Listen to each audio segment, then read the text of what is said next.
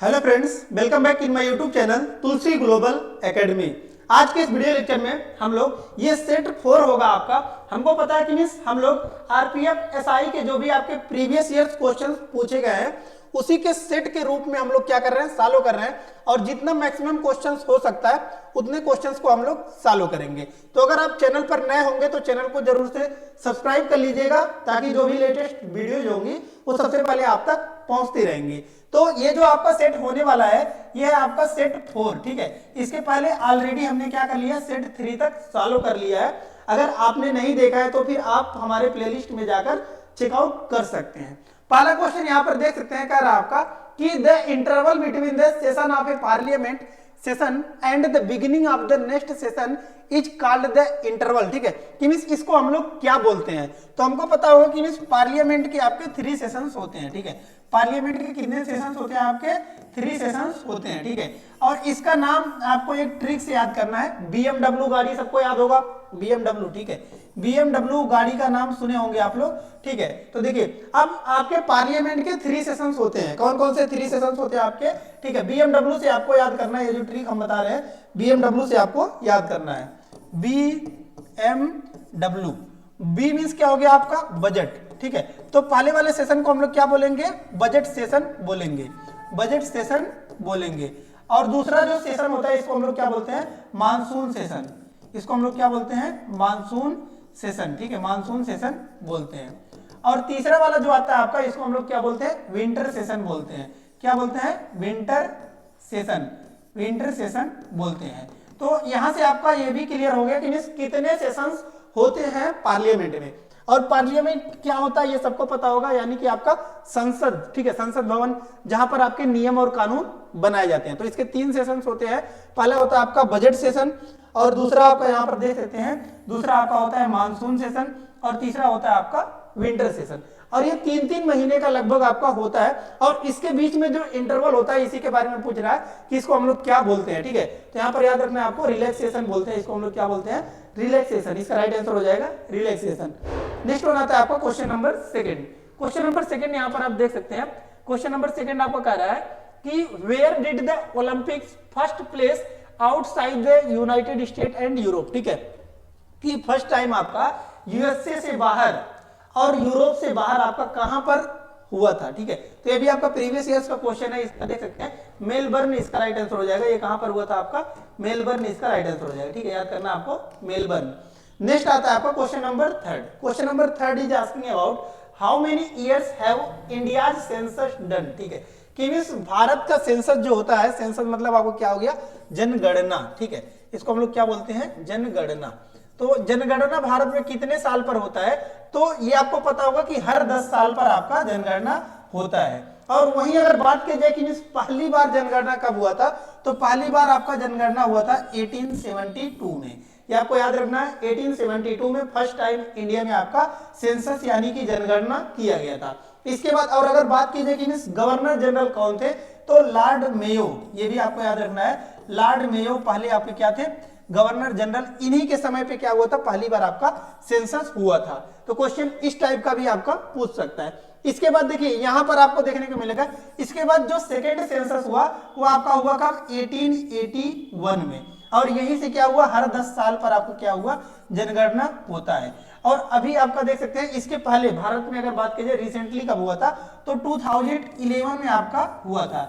और 11 के बाद आपका होना था 2021 में, लेकिन 2021 में हमको पता है क्या था आपका, कोविड था, कोविड था, ठीक है। और कोविड के कारण आपका क्या हुआ, इसको एक्सटेंड कर दिया गया। और ये जनगणना अभी चल रहा है आपका। तो ये आपका जो रिलीज होगा वो होगा आपका 2021 का सेंसस, ठीक है। तो इसका राइट आंसर क्या हो जाएगा आपका, 20 का राइट आंसर हो जाएगा। कि मींस हर 10 साल पर आपका सेंसस यानी कि जनगणना किया जाता है। ये आपको कंसीडर करना है और ये भी फैक्ट्स आपको कंसीडर करना है। नेक्स्ट आता है क्वेश्चन नंबर 4। क्वेश्चन नंबर 4 आपका पूछ रहा है which is the second largest organ donation, ठीक है। कि मींस ऑर्गन डोनेशन में आपको पूछ रहा है कि सेकेंड लार्जेस्ट आपका ऑर्गन डोनेशन क्या होता है, तो देख सकते हैं मोलस्का। इसका राइट आंसर कौन सा हो जाएगा, मोलस्का, ठीक है। नेक्स्ट आता है आपका क्वेश्चन नंबर 5। क्वेश्चन नंबर 5 पूछ रहा है आपका in which year was the first post of the Lok Sabha speaker and the deputy speaker, ठीक है, कि मींस पहली बार भारत में, ठीक है, ये आपका क्वेश्चन बहुत ही ज्यादा इंपॉर्टेंट हो जाता है पॉलिटी का, ठीक है, ये पूछ रहा है आपका कि भारत में पहली बार ये जो आपका पोस्ट, अभी इससे क्वेश्चन हमने पहला वाला क्वेश्चन भी देखा था, ठीक है, कि मींस पार्लियामेंट के सेशन में, ठीक है, लेकिन हमको पता है कि मींस पार्लियामेंट में आपके 2 सदन होते हैं, ठीक है, पार्लियामेंट में कितने सदन होते हैं? 2 सदन होते हैं, पार्लियामेंट में आपके 2 सदन होते हैं, ठीक है, एक होता है आपका लोकसभा और दूसरा आपका कौन सा होता है? राज्यसभा, ठीक है, दूसरा आपका हो जाता है राज्यसभा, ठीक है। तो अब देखिए, अब क्या होता है कि मींस इसको जो हेड करते हैं, लोकसभा के जो हेड होते हैं, इनको हम लोग क्या बोलते हैं? Speaker of the Lok Sabha. क्या बोलते हैं? स्पीकर ऑफ द लोकसभा, ठीक है, स्पीकर ऑफ द लोकसभा इनको बोलते हैं, ठीक है। तो यही क्वेश्चन पूछा गया है कि ये जो लोकसभा का पोस्ट है आपका और डिप्टी स्पीकर, ठीक है, यानी कि लोकसभा के हेड को हम लोग क्या बोलते हैं? स्पीकर का पोस्ट और डिप्टी स्पीकर का, ठीक है, और डिप्टी स्पीकर का पोस्ट आपका कब आया हुआ था? पहली बार कब आया था? ठीक है, तो पहली बार आपका देखने को मिला था कब? 1921 में आपको देखने को मिला था, ठीक है। लेकिन अब बताता है कि मींस कहां से ये आया था। तो आपको पता होगा कि मींस इंडिया में कुछ रिफॉर्म किए जा रहे थे और इसके लिए कुछ कानून आ रहे थे, ठीक है। तो आपको याद होगा 1919 एक टर्म है आपका 1919, ये ईयर आपको याद होगा। क्यों याद होगा? क्योंकि इसको हम लोग क्या बोलते हैं? मॉन्टेग्यू चेम्सफोर्ड रिफॉर्म भी बोलते हैं, ठीक है। क्या बोलते हैं? मॉन्टेग्यू चेम्सफोर्ड रिफॉर्म भी बोलते हैं, ठीक है, मॉन्टेग्यू चेम्सफोर्ड रिफॉर्म भी बोलते हैं, चेम्सफोर्ड रिफॉर्म इसको हम लोग बोलते हैं, ठीक है, मॉन्टेग्यू चेम्सफोर्ड रिफॉर्म बोलते हैं। तो इसी मॉन्टेग्यू चेम्सफोर्ड रिफॉर्म में आपका एक प्रपोजल आया हुआ था कि मींस लोकसभा स्पीकर का और डिप्टी स्पीकर का पोस्ट रहना चाहिए, और यहीं से यह निकल कर आया था कि 1921 में फर्स्ट टाइम आपका ये पोस्ट आपका देखने को मिला था, लोकसभा स्पीकर और डिप्टी स्पीकर का, ठीक है। तो अब आपको ये भी क्लियर हो गया होगा कि पार्लियामेंट के आपके 2 सदन होते हैं, लोकसभा और राज्यसभा, और लोकसभा का जो हेड होता है उसी को हम लोग क्या बोलते हैं? स्पीकर ऑफ द लोकसभा बोलते हैं, ठीक है। और इसके वाइस जो होते हैं इनको हम लोग क्या बोलते हैं? Deputy speaker. और वैसे आपके राज्यसभा होता है, तो राज्यसभा का जो हेड होते हैं इसको हम लोग क्या बोलते हैं? चेयरमैन ऑफ द राज्यसभा, ठीक है, chairman of the Rajya Sabha, chairman of the Rajya Sabha. और ये चेयरमैन कौन होते हैं? आपके एक्स, ठीक है, एक्स इसको क्या होता है? एक्स ऑफिसियो, ठीक है, एक्स ऑफिसियो मतलब क्या हो गया कि जो आपके वाइस प्रेसिडेंट होंगे, ठीक है, जो आपके क्या होंगे? वाइस प्रेसिडेंट होंगे। वाइस प्रेसिडेंट वो भी कौन? कि मींस उतने समय जो वाइस प्रेसिडेंट होंगे उन्हीं को क्या मान लिया जाता है? चेयरमैन ऑफ द राज्यसभा माना जाता है, यानी कि वही क्या हो जाते हैं? आपके चेयरमैन हो जाते हैं किसके? राज्यसभा के। और जो वाइस प्रेसिडेंट होते हैं उनको सैलरी भी इसी पोस्ट का मिलता है। किस पोस्ट का मिलता है आपका? कि एक्स ऑफिसियो चेयरमैन हो जाते हैं किसके? राज्यसभा। तो राज्यसभा का जो चेयरमैन हो जाते हैं उसी का सैलरी मिलता है वाइस प्रेसिडेंट को, ठीक है। ये भी आपको याद रखना है, ये सभी बातें आपको याद रखना है, ठीक है। नेक्स्ट आता है आपका क्वेश्चन नंबर 6। क्वेश्चन नंबर 6 कह रहा है आपका where is the world football championship organized by FIFA for the first time, ठीक है, कि मींस फर्स्ट टाइम आपका फीफा के द्वारा फुटबॉल चैंपियनशिप ऑर्गेनाइज कहां पर किया गया था? तो देख सकते हैं मॉन्टेविडियो, ठीक है, मॉन्टेविडियो इसका राइट आंसर हो जाएगा। नेक्स्ट आता है आपका क्वेश्चन नंबर 7। क्वेश्चन नंबर 7 आपका एक रिएक्शन के बारे में पूछा हुआ है, यह साइंस से रिलेटेड आपका क्वेश्चन है। पूछ रहा है the reaction of nitrile and Easter is done by the reaction of aldehyde production, ठीक है। तो एल्डिहाइड ये आपको पूछ रहा है कि नाइट्राइल और ईस्टर के कर है कि मींस रिएक्शन किया जाता है किसके लिए? कि मींस एल्डिहाइड प्रोडक्शन के लिए। तो इसको हम लोग क्या बोलते हैं? तो इसको हम लोग स्टेफन रिएक्शन बोलते हैं। ये आपको स्ट्रेट फॉरवर्ड क्वेश्चन, इसको आपको याद कर लेना है। नेक्स्ट आता है आपका question number 8। Question number 8 is asking about the proposal for general anti avoidance rules was passed for the first time, ठीक है, कि मींस फर्स्ट टाइम आपका कब देखने को मिला था? तो डायरेक्ट टैक्स कोड 2010 में आपका देखने को मिला था। नेक्स्ट आता है आपका क्वेश्चन नंबर 9। क्वेश्चन नंबर 9 भी आपका रिलेटेड है पॉलिटी से ही, ठीक है। तो क्वेश्चन नंबर 9 को देख सकते हैं, कह रहा है आपका इन द राज्यसभा, ये भी आपका पार्लियामेंट से ही रिलेटेड है, राज्यसभा से, ठीक है। तो देख सकते हैं राज्यसभा से ही रिलेटेड है। कह रहा है the allocation of seats in the state and the union territory comes under which schedule, ठीक है, कि मींस जो आपका ये राज्यसभा की सीटें होती हैं, ठीक है, राज्यसभा की सीटें हमने बताया कि पार्लियामेंट का 2 सदन, ठीक है।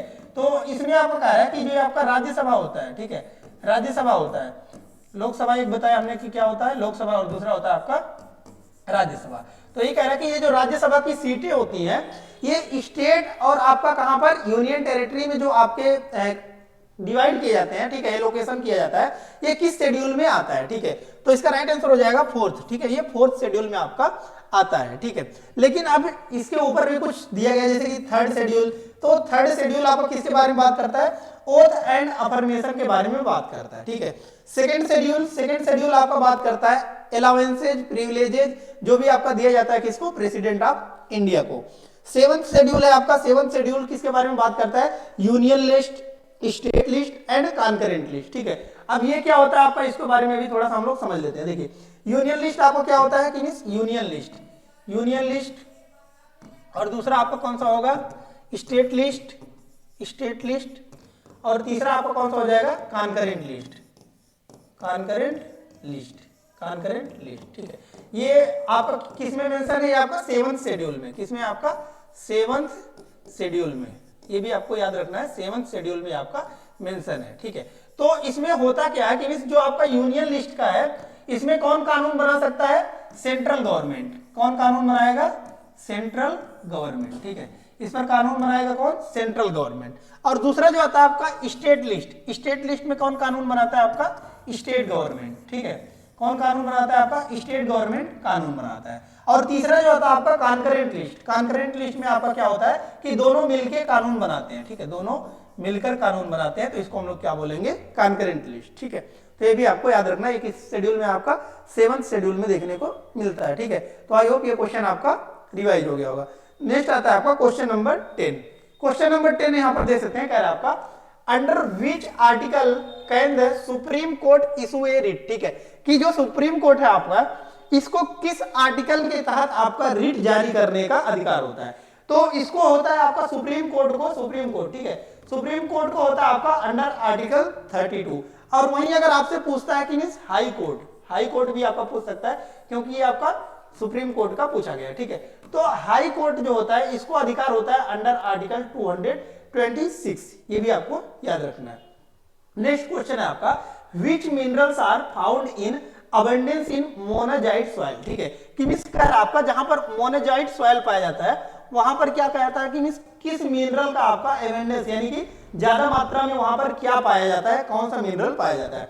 तो जहां पर आपका मोनाजाइट सॉइल पाया जाता है वहां पर आपका थोरियम जो है आपका मिनरल बहुत ज्यादा पाया जाता है, तो राइट आंसर हो जाएगा थोरियम।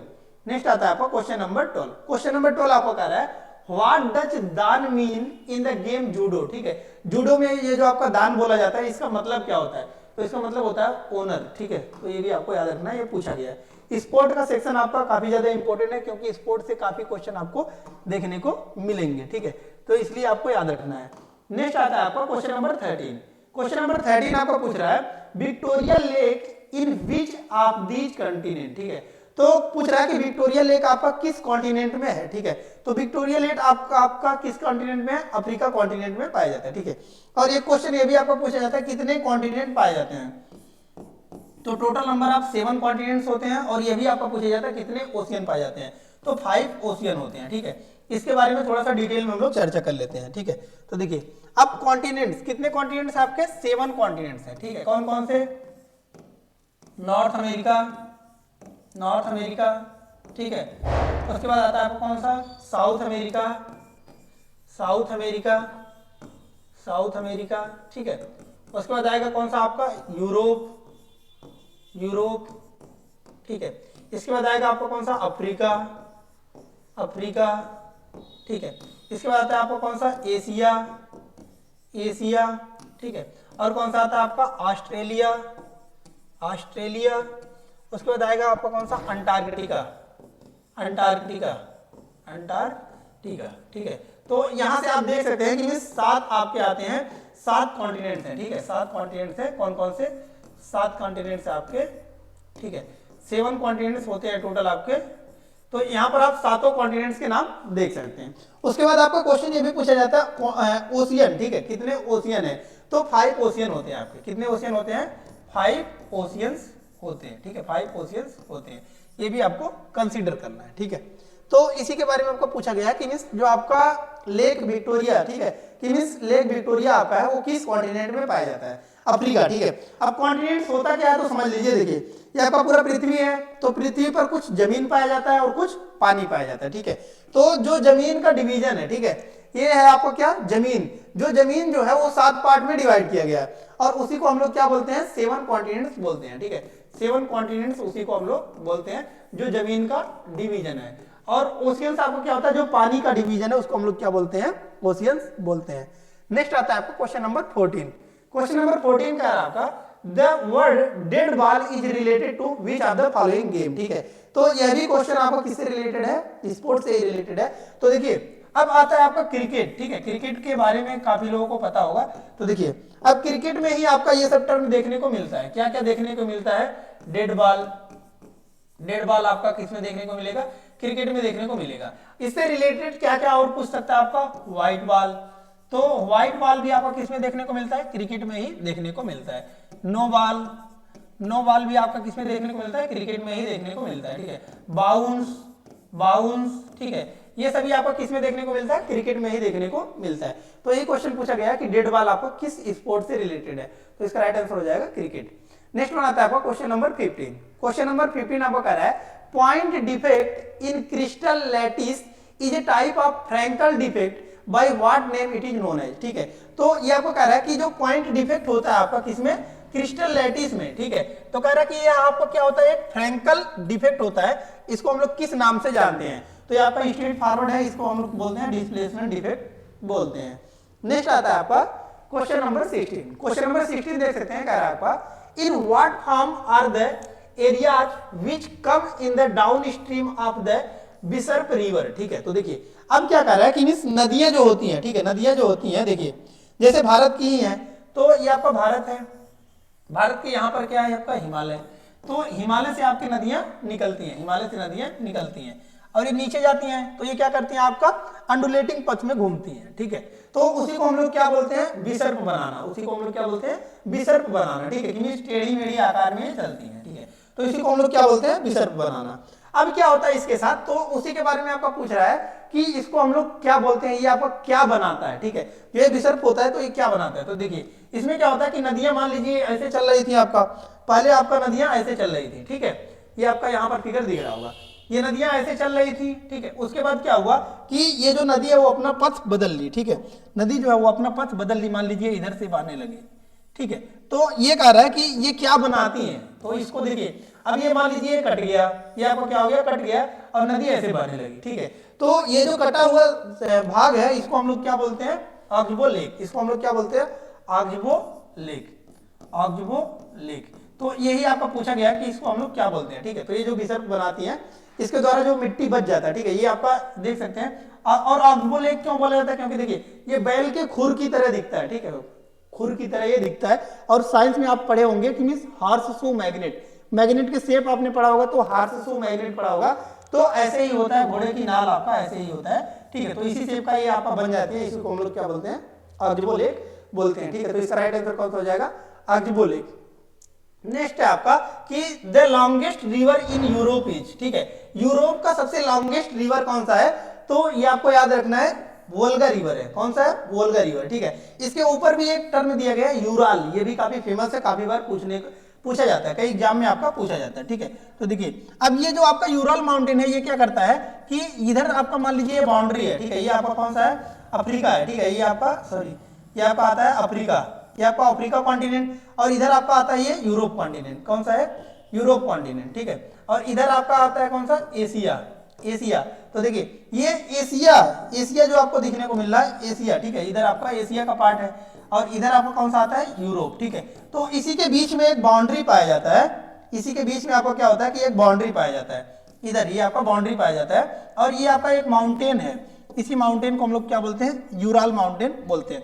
तो ये भी क्वेश्चन पूछता है कि वह कौन सा माउंटेन है जो यूरोप और एशिया को डिवाइड करता है, तो ये आपको याद रखना है, यूराल माउंटेन ही डिवाइड करता है। नेक्स्ट आता है आपका क्वेश्चन नंबर 18। क्वेश्चन नंबर 18 यहां पर देख सकते हैं, कह रहा है आपका what are the South Indian languages related to which language group, ठीक है, कि जो भारत का आपका साउथ का है, ठीक है, साउथ का जो लैंग्वेजेज है, ठीक है, ये कह रहा है कि किससे रिलेटेड है, किस ग्रुप से रिलेटेड है।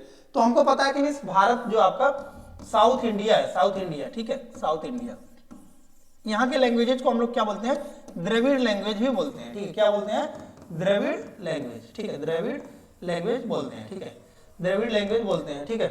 और टेम्पल में भी आपने पढ़ा होगा द्रविड़ टेम्पल, ठीक है। तो वही आपका पूछ रहा है कि कौन से लैंग्वेजेस बोलते हैं इस ग्रुप को, तो ये आपका द्रविड़ लैंग्वेज बोलते हैं। नेक्स्ट आता है आपका क्वेश्चन नंबर 19। क्वेश्चन नंबर 19 कह रहा है आपका bye what name is the Bhoodan Gramdan movement started by Vinoba Bhave, ठीक है। तो ये आपको पूछ रहा है भूदान जो आपका ग्रामदान मूवमेंट है, ठीक है, कि मींस यहाँ पर जो भूमि का दान दिया जाता था ये किससे रिलेटेड है, तो ये आपका ब्लडलेस रिवॉल्यूशन से आपका ब्लडलेस रिवॉल्यूशन से आपका रिलेटेड है। इसके ऊपर भी यहाँ पर देख सकते हैं, कह रहा है ग्रीन रिवॉल्यूशन, ग्रीन रिवॉल्यूशन आपका एग्रीकल्चर से रिलेटेड है, एग्रीकल्चर, ठीक है। और यहाँ पर व्हाइट रिवॉल्यूशन आपका मिल्क से रिलेटेड है। वैसे ही आपका आता है कि ये ब्लडलेस रिवॉल्यूशन जो है आपका वो भूदान ग्रामदान से आपका रिलेटेड है, जो कि विनोबा भावे के द्वारा आपका स्टार्ट किया गया था। नेक्स्ट क्वेश्चन आपका क्वेश्चन नंबर 20। क्वेश्चन नंबर 20 कह रहा है what are the wide open area of the South Africa called, ठीक है, कि ये जो आपके साउथ अफ्रीका के वाइड एरिया होते हैं जिसमें घास के मैदान पाए जाते हैं, इसको हम लोग क्या बोलते हैं, ठीक है। तो ये आपका अफ्रीका है, ठीक है, तो अफ्रीका के यहाँ पर आता है साउथ अफ्रीका। तो यहाँ पर जो ये घास के मैदान पाए जाते हैं इसको हम लोग क्या बोलते हैं, वेल्ड। और वैसे ही आपका ऑस्ट्रेलिया आता है, ठीक है, ऑस्ट्रेलिया। तो ऑस्ट्रेलिया के जो ये आपके घास के मैदान होते हैं इसको हम लोग क्या बोलते हैं, डाउन्स, ये भी आपको याद रखना है, ठीक है। नेक्स्ट आता है आपको क्वेश्चन नंबर 21। क्वेश्चन नंबर 21 आपको कह रहा है, तो इसका राइट आंसर कौन सा हो जाएगा, ये साउथ अफ्रीका पूछा है, साउथ अफ्रीका का आपका वेल्ड और वही ऑस्ट्रेलिया का पूछा तो डाउन्स, ठीक है। तो ये आपको याद रखना है कि साउथ अफ्रीका का आपका वेल्ड है और ऑस्ट्रेलिया का डाउन है। नेक्स्ट आता है आपको क्वेश्चन नंबर 21। क्वेश्चन नंबर 21 आपको कह रहा है कि जो भक्ति मूवमेंट में आपको सैविज में जो भक्त हुआ करते थे, सैविज मतलब जो शिव के भक्त हुआ करते थे, इसको हम लोग क्या बोलते थे, ठीक है, तो इसको हम लोग क्या बोलते थे, नैनार। और वहीं जो आपके विष्णु के भक्त हुआ करते थे, विष्णु के, ठीक है, उनको हम लोग क्या बोलते थे, उसको हम लोग अलवर बोलते थे, ठीक है। और इसी अलवर में आपका एक लेडीज थी, उनको हम लोग क्या बोलते थे, अंडाल, ठीक है, अंडाल। ये भी आपको याद रखना है कि वो लेडी जो थी अंडाल कौन थी, तो फिर ये आपको याद रखना है कि अलवर में ही थी। अलवर मतलब जो विष्णु के भक्त हुआ करते थे उनमें एक लेडी थी, ठीक है, ये भी आपको याद रखना है। नेक्स्ट ये बोधिसत्व, ये आपका रिलेटेड है किससे, बुद्धिज्म से आपका रिलेटेड है, ठीक है, ये भी आपको याद रख लेना है, ये आपका बुद्धिज्म से रिलेटेड है। नेक्स्ट आता है आपका क्वेश्चन नंबर 22। क्वेश्चन नंबर 22 आपको कह रहा है कि जो बुक उल हिंद है, बुक उल हिंद, ठीक है, और इसी को हम लोग क्या बोलते हैं, किताब उल हिंद भी बोलते हैं, ठीक है, किताब उल हिंद भी बोला जाता है इसी को। अगर आपका किताब उल हिंद भी पूछ लेता है तो कंफ्यूज नहीं होना, ठीक है, किताब उल हिंद या फिर आपका बुक उल हिंद, ये कौन लिखा था, तो ये आपका अलबरूनी लिखे थे। और अलबरूनी कौन थे, एक फॉरेन ट्रेवलर थे जो कि भारत में आपके आए थे, ठीक है, और भारत में आए थे कहाँ से, कब आए थे, तो 21वीं शताब्दी में आए, ये आपके देखने को मिले थे, 11वीं सेंचुरी में भारत में आए थे। और इन्होंने क्या किया था, अपना यात्रा वृत्तांत को लिखा था, ठीक है। और किस बुक में लिखा था, तो उस बुक का नाम था आपका, कौन सा बुक था, किताब उल हिंद। और कौन लिखे थे, अलबरूनी, ये भी आपको याद रखना है। और एक और आए हुए थे आपके फॉरेनर, उनका नाम था इब्न बतूता, ठीक है, क्या नाम था, इब्न बतूता। तो इन दोनों के बुक का पूछा जाता है, तो इब्न बतूता जो थे इनके बुक का नाम था रिहला, ये भी आपको याद रखना है, इनके बुक का नाम था रिहला, ठीक है। ये आपके कब आए थे, तो 14th सेंचुरी में आए थे। तो कभी कभी यह भी क्वेश्चन देखने को मिलता है कि किस सेंचुरी में आए थे, तो ये आपके इब्न बतूता जो थे वो 14th सेंचुरी में आए थे। इनके बुक का नाम था रियला और किताब उल हिंद जो लिखे थे वो अलबरूनी लिखे थे। और कब आए थे भारत में, 11th सेंचुरी में आए थे, ये भी आपको याद रखना है। नेक्स्ट आता है आपका क्वेश्चन नंबर 23। क्वेश्चन नंबर 23 कह रहा है आपका which of the following is a part of the Iberia peninsula, ठीक है, आइबेरिया पेनिनसुला का कौन सा पार्ट है, तो ये आपका स्पेन, ठीक है। और पेनिनसुला क्या होता है, हमने पहले भी बताया था कि ऐसा कोई भी पार्ट, जैसे भारत ही है, ऐसा कोई भी जमीन का पार्ट जो 3 साइड पानी से घिरा हुआ हो, ठीक है, 3 साइड ये पानी से घिरा हुआ हो, तो इसको हम लोग क्या बोलते हैं, पेनिनसुला बोलते हैं, ठीक है। तो पूछ रहा कि इसमें से कौन सा आपको कर रहा है कि ये आइबेरिया का पेनिनसुला है, ठीक है, तो ये आपका स्पेन। नेक्स्ट आता है आपका क्वेश्चन नंबर 24। क्वेश्चन नंबर 24 आपको पूछ रहा है कि द कंज्यूमर प्राइस इंडेक्स यानी कि सीपीआई जो होता है वो किसके द्वारा इशू किया जाता है, कंज्यूमर प्राइस इंडेक्स यानी कि सीपीआई वो किसके द्वारा आपका इशू किया जाता है तो आपका सेंट्रल स्टैटिस्टिकल ऑफिस यानी कि सीएसओ के द्वारा आपका इशू किया जाता है, जारी किया जाता है। नेक्स्ट आता है आपका क्वेश्चन नंबर 25। क्वेश्चन नंबर 25 आपका साइंस से रिलेटेड है। ये आपका पूछ रहा है कि पास्कल का लॉ बताइए। तो पास्कल का लॉ आपका कह रहा है कि किसके बेस पर है, ठीक है। तो पास्कल का लॉ आपका हाइड्रोलिक लिफ्ट पर है, ठीक है, कि जितने भी आपके हाइड्रोलिक यानी कि वाटर के द्वारा उठाए जाते हैं, ठीक है, जो भी प्रेशर जनरेट किया जाता है, ये आपका किसके पास्कल का लॉ, यही सिद्धांत है आपका, और इसी को हम लोग क्या बोलते हैं, हाइड्रोलिक लिफ्ट यानी कि पानी के द्वारा उठाया जाता है। सो आई होप ये आपको अच्छा लगा होगा और सभी कॉन्सेप्ट आपके क्लियर हो गए होंगे। लेकिन कोई डाउट्स है आपको तो कमेंट बॉक्स में आप कमेंट पुट अप कर सकते हैं, या फिर कोई भी आपका लेक्चर वीडियो चाहिए अलग टॉपिक पे तो भी आप डिमांड कर सकते हैं, कमेंट बॉक्स में कमेंट पुट अप कर सकते हैं। लेटेस्ट जानकारी के लिए आप हमारे चैनल को जरूर से सब्सक्राइब कर लीजिएगा, और टेलीग्राम का चैनल का लिंक मिला हुआ, वहां पर आपको ये पीडीएफ भी मिल जाएगा, तो जाकर टेलीग्राम चैनल भी ज्वाइन कर लीजिए, जिससे आपको पीडीएफ भी मिल जाएगा। और मिलते हैं हम लोग नेक्स्ट वीडियो में नेक्स्ट लेक्चर के साथ, तब तक के लिए धन्यवाद, जय हिंद।